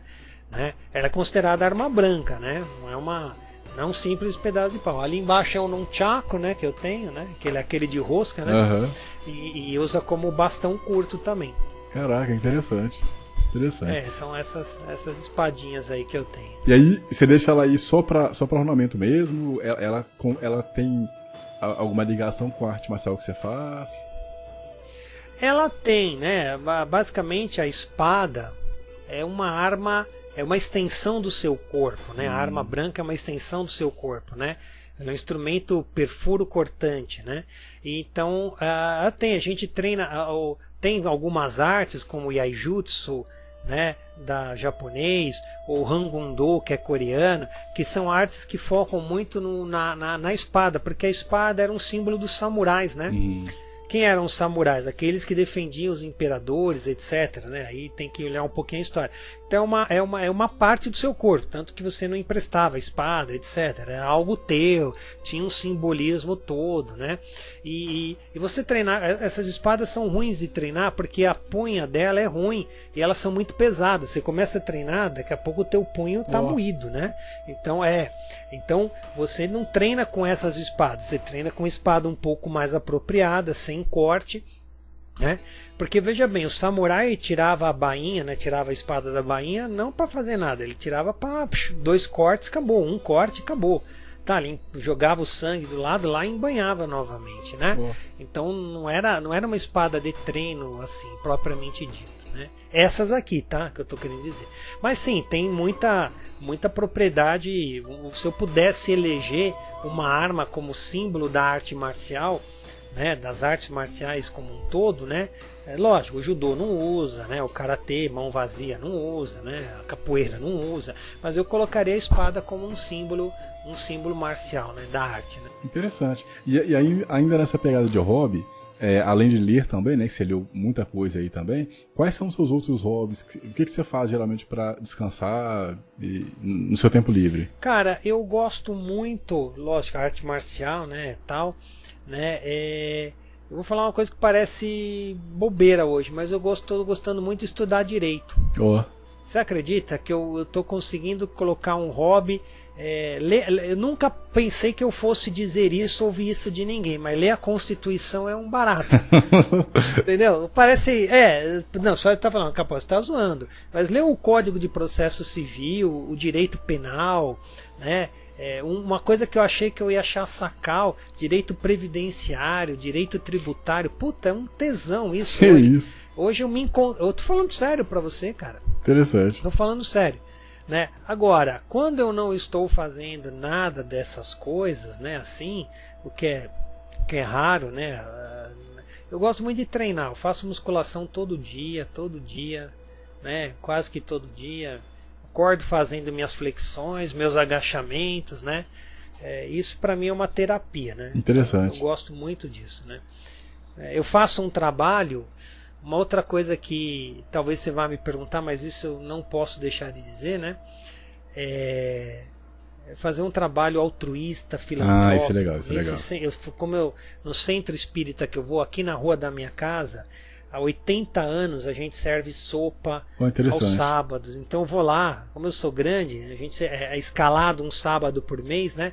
Então vou lá, lavo os caldeirões. Cara, isso me faz um bem. Sim. Se eu pudesse dar uma outra dica aí pra galera, e não corta essa, não dica, não corta não. Gente, arrume alguma forma de ajudar as pessoas. Sim. De preferência ajudar quem você não conhece, porque você não vai ter nada em troca. Sim. É zero troca, é você com o alto lá. Isso é uma higiene mental. Amanhã eu tô lá, 10 horas eu tô lá, fico das 10 a 1, depois eu limpo a rua e tal, né? É um aprendizado, assim, isso é papo para um aprendizado atrás do outro. E só te digo, e não é religião, Sim, não sim. é porque é da espírita, igreja tal, não, esquece. Vá lá e faça. O cara que está recebendo a sopa, às vezes ele está uma semana sem comer. Sim. Ele não quer saber se é espírita, se é umbanda, Pois se é. você é na congregação, se você é isso, se é aquilo. Não, ele não quer saber. Às vezes ele nem te agradece. Uhum. Né? Mas é um grande aprendizado. Assim, Wesley, te falo. Sim, assim, sim. Não consigo te expressar com palavras aquilo que eu não sinto. Até me emociono falar isso, porque isso para mim tem feito. Eu já faço isso aqui já há alguns anos, não são muitos, quase 5 anos, né? E não são todos os sábados que eu vou, mas na medida do possível. Agora com quarentena não tem nada para fazer, eu vou, porque de sábado eu também dou aula, né? Ah, entendi. Eu dou aula na faculdade e dou aula em academia. Então, como não está tendo nenhum e nem outro, né? Então eu tenho os sábados mais tranquilo. Gente, é isso que eu queria te. Essa dica, né? Você vai ver como o bem que você vai se fazer. Você vai falar, puto, Capozzi falou um monte de besteira naquele dia pro Wesley, mas essa ele não falou. Pois é, eu pretendo um dia, quando eu tiver uma condição legal, de também fazer algo filantrópico, assim, sabe? Eu acho que independente de religião, independente de vertente religiosa, eu acho que quando você faz algo pra alguém, você ganha muito mais, sabe? E aí, eu não falo ganho físico, material, assim. Eu falo ganho de você perceber que, cara, todos nós somos iguais, sabe? E eu acho que a gente só percebe isso na dor, no sofrimento, sabe? Quando você perde algo que você gostava ou que você amava muito, ou alguém, né? E quando você vê o outro sofrendo e você pode fazer alguma coisa, eu acho que realmente é ali que você vê que, cara, sabe, que bom. Acho que... Dá uma cuspida no microfone aí. Mas eu acho que é ali que você entende que fazer o bem é algo, sabe, que te preenche de alguma forma, entende? Então eu quero ter essa oportunidade de poder fazer algo grande quando eu tiver oportunidade financeira para isso também, né? E eu acho interessante quem faz. Eu já, na minha família, inclusive eu também, em momentos de perrengue na vida, momentos de crescimento, assim, a gente já passou muita dificuldade e a gente foi realmente ajudado por muitas pessoas que nem conheciam a gente. E aí você vê que é bonito, sabe, as pessoas fazerem isso. Porque no final das contas, todos nós, como eu já falei anteriormente, todos nós somos iguais, assim. Então eu acho legal quem faz, espero poder fazer algo também um dia, né? E é isso. Não, show. E o que eu desprendo é o tempo, Wesley. É custo zero. Eu não vou a pé aqui, uma quadra. É o tempo. A dica que eu dou, arrume um tempo, 2 horas por semana ou por mês que seja, e você vai ver como você vai crescer muito como pessoa, né? Sim. Cara, o que te inspira? O que me inspira? Putz, essa é uma boa, hein? Essa pergunta é aquelas perguntas lá de filosófico. Que a gente tem que buscar. Cara, o que me inspira hoje é saber que o trabalho que eu tenho feito, né? O trabalho que eu faço, tanto como educador, como professor universitário e como perito, como educador é que eu posso melhorar a vida de alguém, né? Dando diretrizes para ele. Se ele vai seguir, se ele vai fazer ou não, né? Eu durmo tranquilo com isso. E o segundo ponto que me inspira como perito, né? Ou como parecerista, é buscar a justiça.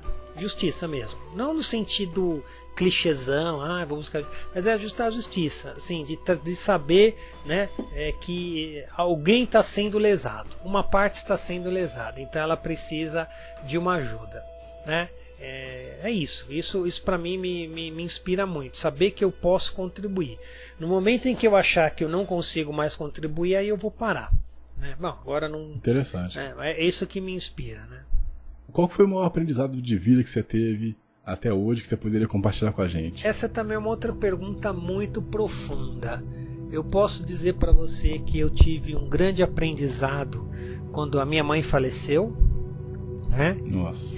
Mas durante, não quando ela faleceu, mas durante o processo que ela ficou doente, né? Teve câncer, né? Que foi um grande aprendizado, assim, que eu transmito isso nas minhas palestras quando eu tenho oportunidade. E o segundo grande aprendizado, eu sei que você me perguntou, é essa parte de eu doar nesse trabalho filantrópico aqui.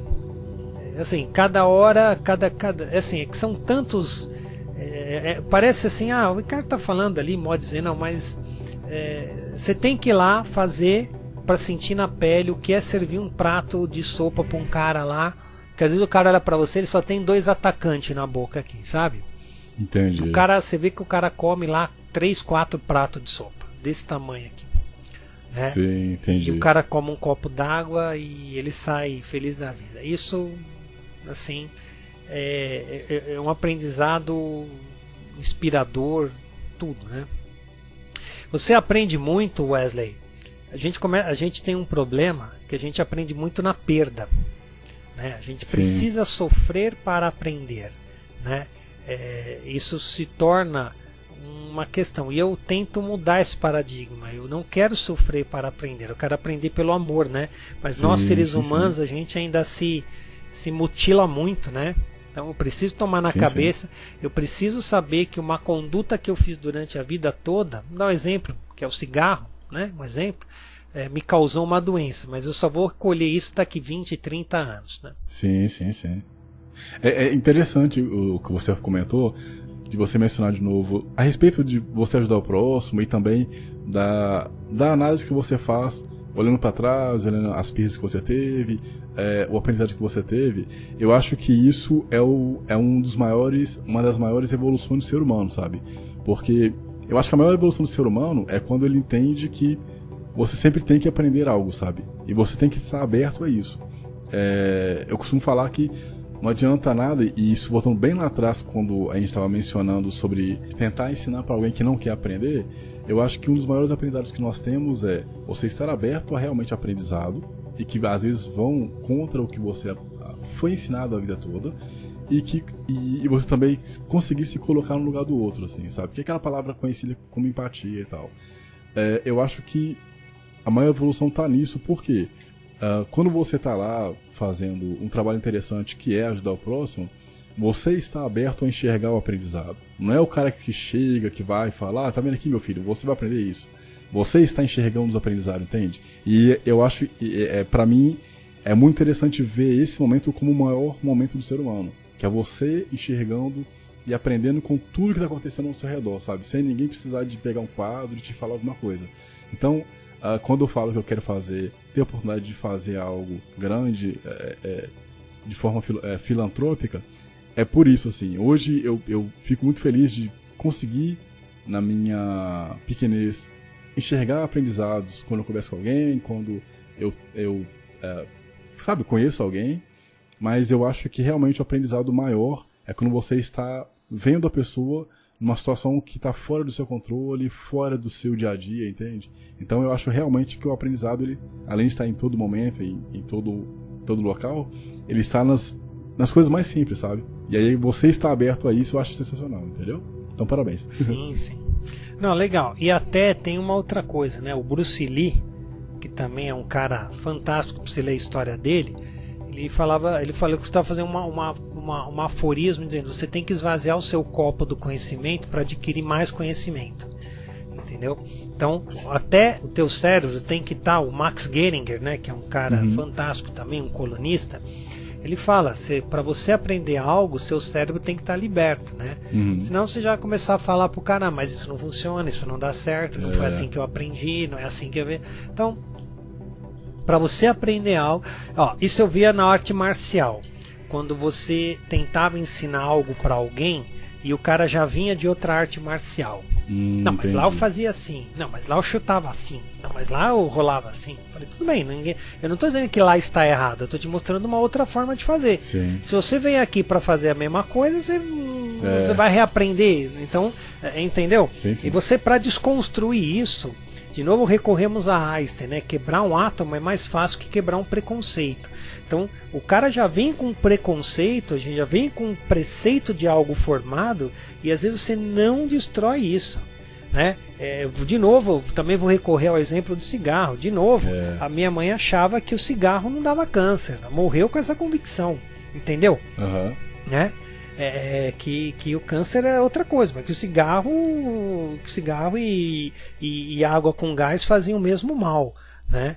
Então você não quebra isso, você não aguenta mais discutir e a pessoa não querer mudar, né? Então você fala, então tá bom, faz do seu jeito, faz como você quer fazer, né? Aí você vira um vegetal na discussão, né? Então deixa quieto, né? E só aproveitando de novo esse gancho, eu tava vendo um vídeo hoje do podcast do Primo Rico, eu não lembro quem tava participando, mas um carinha lá que era o entrevistado, ele mencionou alguém que escreveu um livro, eu não vou saber falar o nome agora, que era realmente sobre isso, assim. O novo semi-analfabeto, ele não é o cara que não sabe ler, é o cara que não sabe desaprender para aprender de novo, assim, sabe? Então, Sim. Eu acho que tá tudo interligado, entende? Eu acho que realmente você está aberto ao aprendizado e aprender de novo, e aprender de novo, e aprender de novo, você é o cara que vai ser mais procurado, você é o cara que vai crescer Sim. Crescer como pessoa, sabe, como profissional, entende? Então eu acho que tudo conversa sempre com o aprendizado, assim. Então, olha, um dos maiores aprendizados que eu tive é o que eu te falei. Foi quando eu comecei a fazer perícia, e depois eu fui ver, eu achei que o primeiro laudo que eu fiz era top de linha. Fantástico. Aí eu vi outros laudos e falei, caralho, como tem isso eu não vi? Vou te dar um exemplo muito simples, né? Isso, o juiz não liga para isso, ele não quer saber, mas mostra um pouco o seu grau de profissionalismo. Então você chama de quesitos as perguntas, entendeu? Um exemplo muito bobo, qualquer perito hoje sabe disso, mas quem está iniciando lá não sabia que era quesito, né? Eu fui perguntas, respostas e a contestação, entendeu? Então você tem algumas questões, por exemplo, você fala assim, da peça questionada, estou questionando um celular, um notebook, um HD, né? A peça questionada compõe-se de tal, peça de mecânico, então você vai aprendendo isso e à medida que você entende que você fez errado. Se eu achei que eu fiz certo lá, eu ia estar fazendo até hoje, né? Chamado objeto investigado, e a gente não investiga, a gente pericia, né? Muitos caras confundem investigação com perícia, né? Então, basicamente, você vai perceber que quando você traz para o mundo da perícia, ou para o mundo onde eu quero trabalhar, se eu não desconstruísse o conhecimento que eu fiz lá atrás, hoje eu não estaria fazendo a mesma coisa que eu estou fazendo hoje, entendeu? Né? Sim. Só para você ter uma ideia, né? Um exemplo, eu pedi honorário prévio na justiça trabalhista. Aí eu tomei uma invertida de um advogado, né? Isso lá atrás. Aí você vai olhar o artigo 790B, se eu não me engano, você não pode pedir honorários. Quer dizer, como é que eu quero ser perito do juízo trabalhista, peço uma coisa contra a lei? Entendeu? Um tiro na pé. Entendi. Porra, eu fiquei envergonhado. Falei, caralho, como é que eu não sabia disso? Né? Entendi. Então, fiquei quieto. Né? Então, percebe bem, você pode se queimar numa dessas, né? Então, mas eu tive que me desconstruir, porque eu acreditava que isso era verdade. Aí eu fui estudar a lei e falei, é verdade. Aí perguntei para outros advogados, né? Que estão da área trabalhista, é verdade. Depois, muitos anos depois, né, estudando, você começa a estudar e vê que realmente você não pode pedir isso.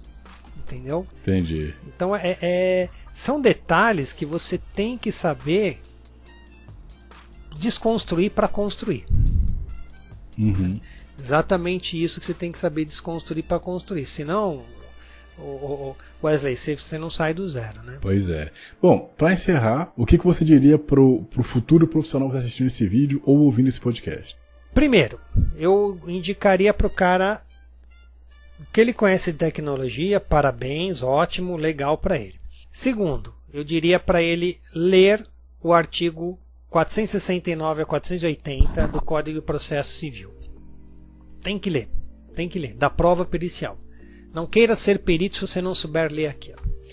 Segundo, ele precisa saber fazer uma carta de apresentação para levar para os diretores das varas e os diretores das varas levarem para o juízo. Você precisa fazer os seus cadastros em auxiliar da justiça, aqui em São Paulo, em outros estados, não sei como se chama, que os tribunais de justiça, eles são locais, regidos localmente, né? Você deve fazer a mesma coisa para os tribunais regionais, né, do trabalho, ir lá, levar. Hoje não, né? Hoje é um momento atípico do mundo, né? Mas o que você deve fazer? A hora que você for nomeado, não decline da perícia. Estou inseguro, Capozzi. Então chama alguém, me chama, a gente vai junto, tal, né? E é isso. Essas são as dicas que eu vou te dar, porque a parte da tecnologia, você rala, faz curso na academia, lê YouTube, sei lá, seja autodidata ou use, né, dos próprios serviços da academia que vocês, né, divulgam e fazem tão bem.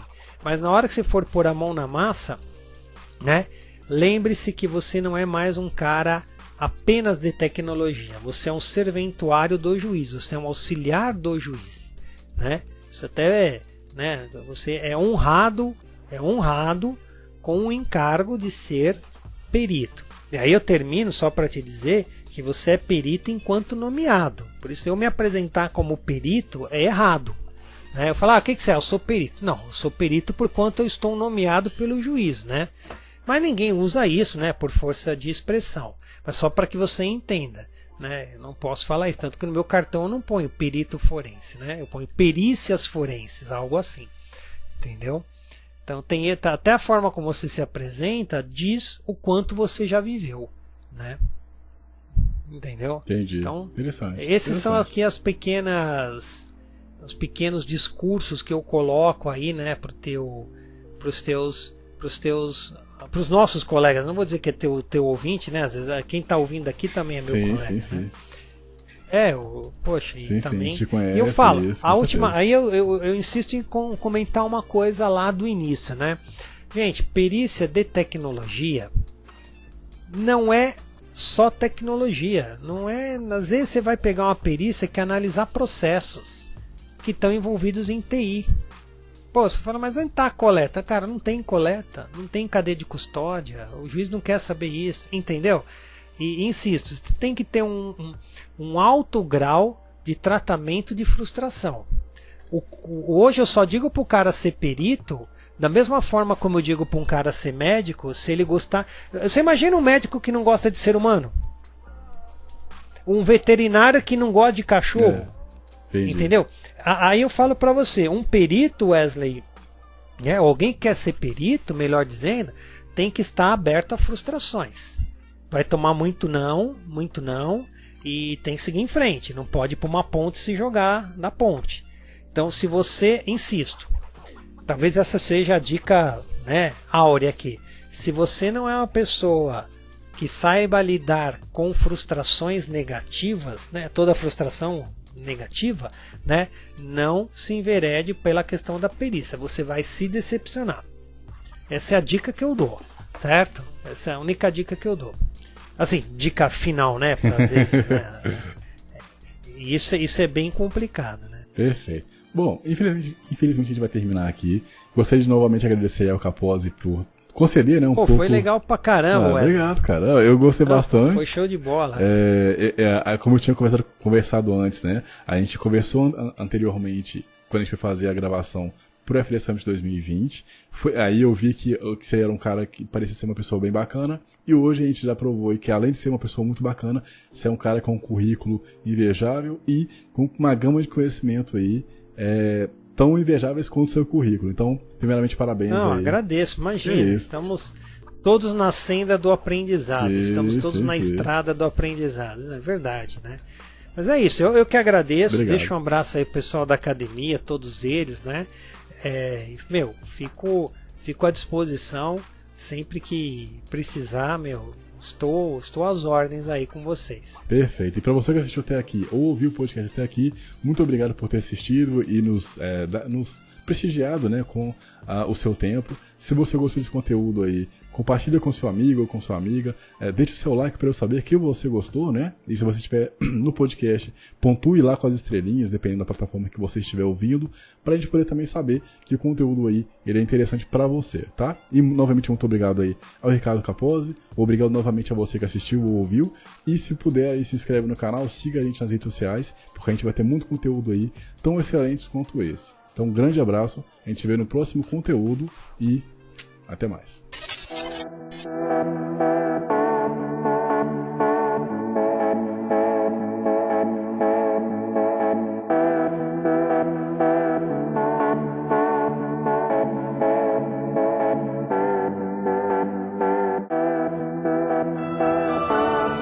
Quando a Academia de Forense Digital me convidou para fazer esse curso de Cybersecurity Essentials, a grande preocupação era tentar mostrar que a Academia Forense Digital não está saindo realmente daquele eixo de fazer cursos da área de forense. Muito pelo contrário.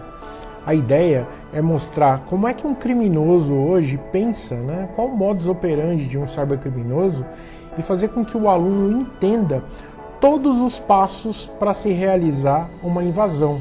Porque somente dessa forma ele vai conseguir entender esse mindset do criminoso e com isso saber identificar e ajudar a mitigar riscos, né?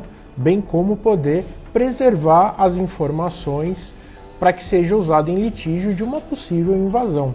Então trata-se de um curso que justamente traz para o aluno de uma maneira prática, né? É um curso muito hands-on, né? A gente tem bastante mão na massa aí, para ensiná-lo a como invadir uma rede Windows, como invadir uma rede Linux, como saber obter acesso em um Wi-Fi, por exemplo, como são feitos ataques web, ataques do tipo SQL Injection, XSS, enfim, toda uma gama de conhecimento que é básico hoje para você começar nessa área de cibersegurança, ao mesmo tempo te dando uma visão de como é a forma de se pensar, não importando o sistema operacional, porque a ideia é usar a infraestrutura contra ela mesma.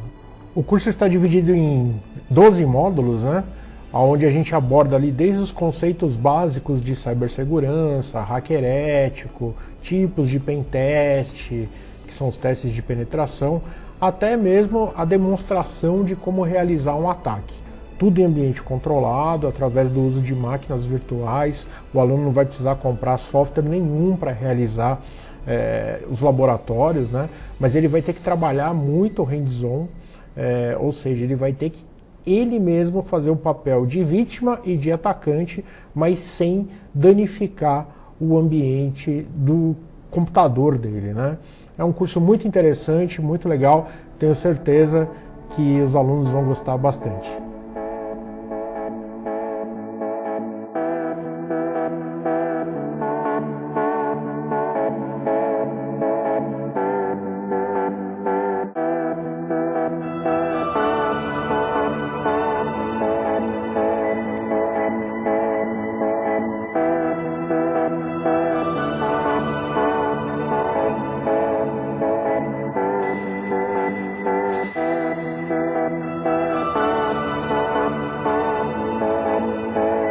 Se você tem interesse em se tornar um perito de forense digital, então eu lhe convido para conhecer os treinamentos disponíveis no site da Academia de Forense Digital. Lá você vai encontrar treinamentos sobre forense memória, fundamentos de forense digital, computação forense, forense em dispositivos móveis e muitos outros. Acesse academiadeforencedigital.com.br e escolha o treinamento ideal para você investir em sua carreira. Bons estudos!